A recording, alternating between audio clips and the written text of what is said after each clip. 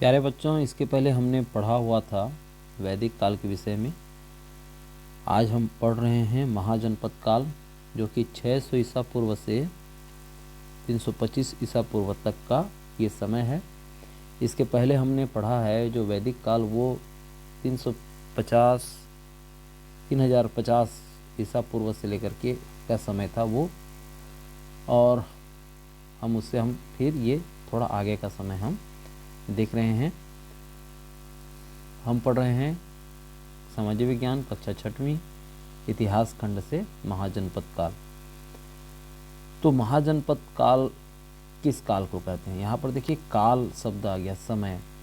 तो समय आपको पता रहना चाहिए, वो 600 ईसा पूर्व से 325 ईसा पूर्व तक का कितना है लगभग का समय। ये आज से लगभग 2600 वर्ष पहले की बात है कि उस काल को महाजनपद काल कहा जाता है। क्यों महाजनपद काल कहा जाता है? क्योंकि इसी समय जो है भारत में छोटे बड़े राज्य और गणराज्य बनते हैं, और हमको पता चलेगा कि कई प्रकार के जो धार्मिक विचार की भी शुरुआत हुई। खेती, व्यापार, उद्योग धंधे, नगरों का विकास तो हुआ ही, साथ में राजनीतिक और सामाजिक क्षेत्र भी इस काल में कई इस पर जो है महत्वपूर्ण बदलाव आए।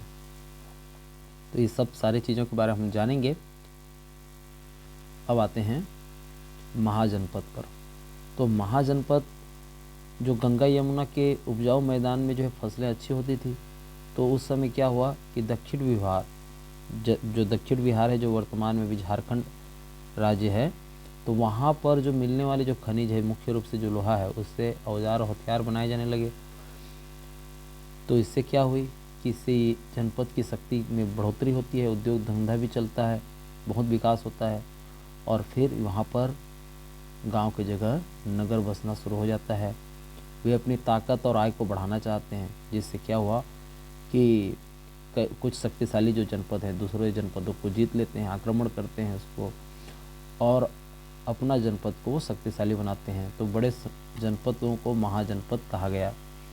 तो ये 600 ईसा पूर्व के भारत के में जो है अनेक जनपद और महाजनपद का उदय हो चुका था।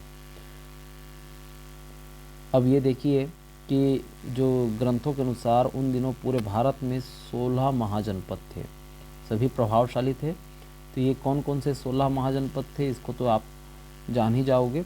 जो महत्वपूर्ण है उसको जो है हम बता दें कि अंग, कांसी, कौशल, मगध, ये इसमें जो है राजतंत्र शासन व्यवस्था थी। राजतंत्र शासन व्यवस्था का मतलब ये है कि शासन जो है राजा के द्वारा किया जाता था, और राजा का पद वंशानुगत होता था, मतलब राजा का बेटा राजा रहेगा। राजा के मरने के बाद उसका जो बड़ा बेटा जो है राजा बनता।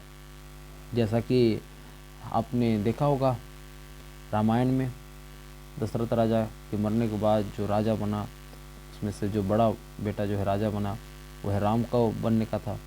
तो ये इस प्रकार से यहाँ पर महाजनपद, जन यानी क्या होता है? एक वंश के लोगों का कबीला, एक वंश के लोगों का कबीला को जो है हम जन कहेंगे। जनपद मतलब एक जन के लोगों के बसने व खेती करने का इलाकों को जनपद कहते हैं। महाजनपद शक्तिशाली वो बड़े जनपद को कहा जाता है। तो ये इस प्रकार से बातें हैं। जो 16 महाजनपद है उसका जो है यहाँ पर भारत के नक्शा में बता दिया गया है। ये देखिए, काम्बोज, गांधार, कुरु, पांचाल, कौशल, मल्ल, वज्जी, सुरसेन, यमुना नदी के किनारे में ये सारे जनपद जो है बसे हुए हैं।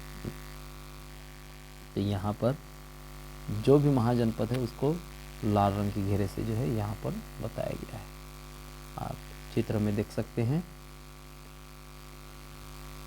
तो जैसा कि कुछ जनपद जो है उसमें राजतंत्र शासन की व्यवस्था थी, लेकिन कुछ जनपद जैसे कि वज्जी, जिसको वैशाली कहा जाता है, शाक्य, कपिलवस्तु, मल्ल आदि जनपदों में गणतंत्र शासन की व्यवस्था थी। मतलब एक ही वंश के पुरुषों की सभा के द्वारा निर्णय लिया जाता था कि कौन जो है राज संभालेगी, कौन किसको हम राजा बनाएंगे। तो यह पद वंशानुगत नहीं होता था। गणराज्य के अंतर्गत आने वाले दूसरे वर्ग में हम देखें तो महिलाएं, दास, व्यापारी, ये इनका शासन चलाने में कोई योगदान नहीं लिया जाता था। गणतंत्र शासन की यह व्यवस्था कुछ छोटे गणतंत्रों में बहुत लंबे समय तक चलती रही, मगर वज्जी जैसे कुछ महत्वपूर्ण राज्यों का मगध जैसे शक्तिशाली राज्यों की साम्राज्य विस्तार नीति के कारण हो गया। तो ये छोटे मछली को जैसे बड़ी मछली खाती है, वैसे ही जनपद जो है छोटे जनपदों को बड़े जनपदों में मिलाया जा रहा है शक्तिशाली बनने के लिए। वंशानुगत मतलब ये होता है बच्चों की पिता से पुत्र को मिलने वाला पद। राजतंत्र शासन यानी जिसमें शासन किसी राजा या रानी के द्वारा वंशानुगत रूप से किया जाता है। और गणतंत्र, गण यानी होता है लोग, तो लोगों के द्वारा जो शासन होता है जिसमें किसी चुने हुए व्यक्ति के द्वारा एक निश्चित समय के लिए किया जाता है। तो ये मुख्य अंतर हुआ। मगध राज्य का उदय, मगध राज्य का उदय कैसे होता है देखिए, 544 ईसा पूर्व से 323 ईसा पूर्व तक महाजनपद काल कहा जाता है। और ये इसकी शुरुआत गंगा नदी की घाटी, कौशल और वत्स और मगध जैसे शक्तिशाली राज्य थे। तो अवंती एक अन्य शक्तिशाली राज्य था जिसकी राजधानी उज्जैन थी। तो ये अपने राज्यों की सीमा बढ़ाने के लिए आपस में लड़ते थे। तो जो शक्तिशाली राज्य के रूप में जो है उस समय मगध साम्राज्य का उदय हुआ। और हम देखें तो राजा को शक्तिशाली बनाने में या राज्य को शक्तिशाली बनाने में वहाँ के जो राजा है एवं जनता है उसके अलावा वहाँ की प्राकृतिक संपदा का भी काफ़ी योगदान रहा। तो मगध की भूमि थी उपजाऊ, कृषि उपज अच्छी थी। अब अच्छी उपज रहेगी तो सेना को अच्छा खाने पीने को मिलेगा, कमज़ोर वर्ग नहीं रहेंगे। साथ में देखें तो लोहा प्रचुर मात्रा में मिलता था, तो हथियार बनाने के लिए एक संसाधन मिल गया। तो इस प्रकार से प्राकृतिक संपदा ने भी मगध को शक्तिशाली बनाया। हम मगध साम्राज्य में देखें तो उसका जो पहला जो राजा था उसका नाम था बिंबिसार। शक्तिशाली सेना उसने बनाई और सेना से भी और नीति से भी, दोनों से काम लेकर के उसने मगध राज्य को भी शक्तिशाली बनाना शुरू कर दिया। सबसे पहले कौशल की राजकुमारी से विवाह किया। अब कौशल की राजकुमारी से विवाह करता है तो दहेज के रूप में उसे कांसी मिल गया। फिर वैशाली की राजकुमारी से विवाह करके वहाँ का समर्थन पाया।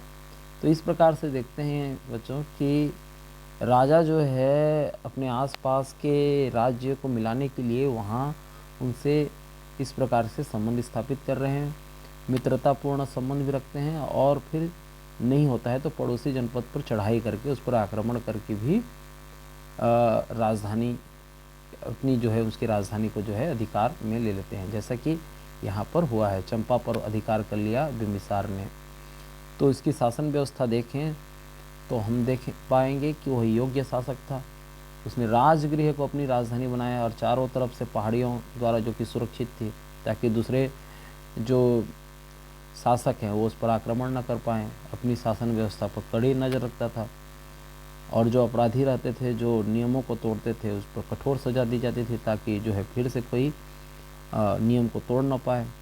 किसानों और व्यापारियों से नियमित कर वसूलने की व्यवस्था बनाई, उनसे नियमित कर वसूला जाता था। भाई उसी कर से जो है सेना, कर्मचारी और राजा का खर्च चलता था। उसके पुत्र जो है अजातशत्रु ने उसकी हत्या कर दिया, स्वयं राजा बन गया।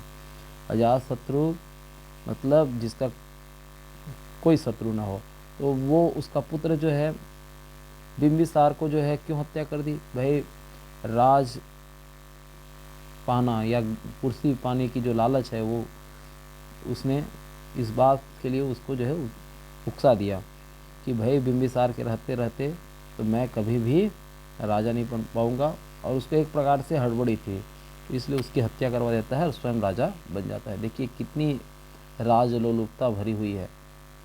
अब अजातशत्रु जो है राजा बन गया है, उसने अपने पिता की नीति को अपनाया और फिर वही मगध का विस्तार किया।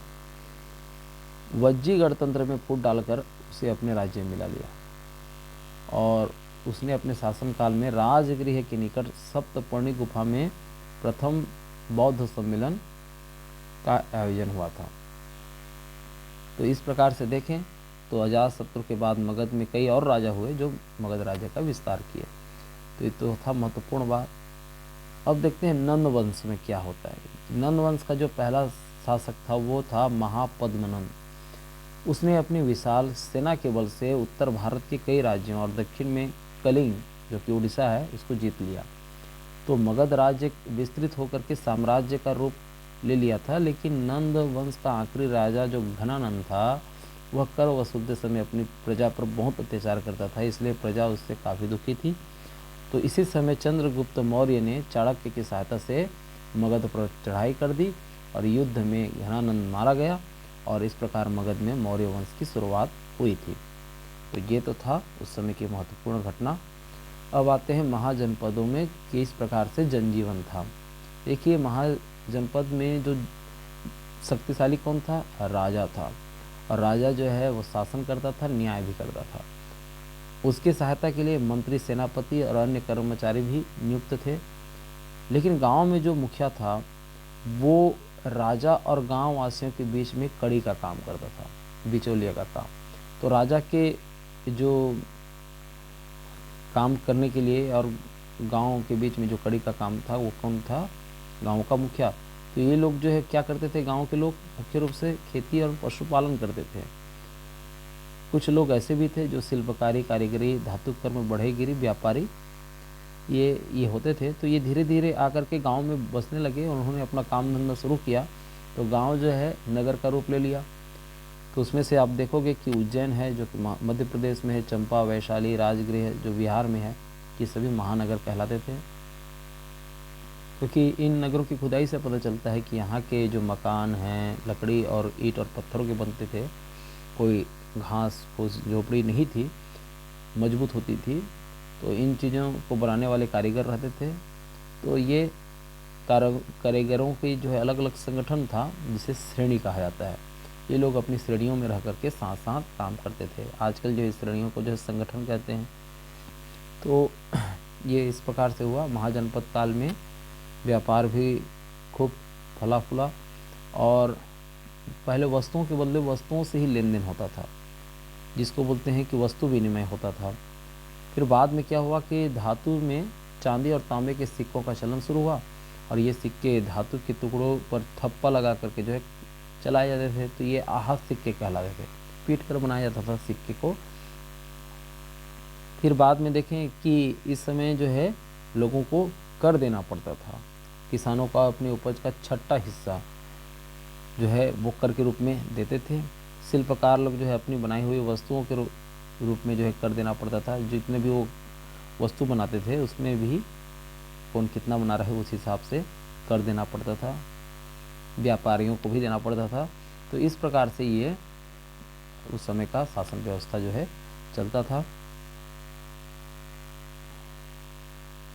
अब आते हैं कि उस समय जो है पंजाब के क्षेत्र में कई छोटे छोटे राज्य बने, जिसमें से ईरान और यूनान के शासकों ने इन्हें हरा दिया।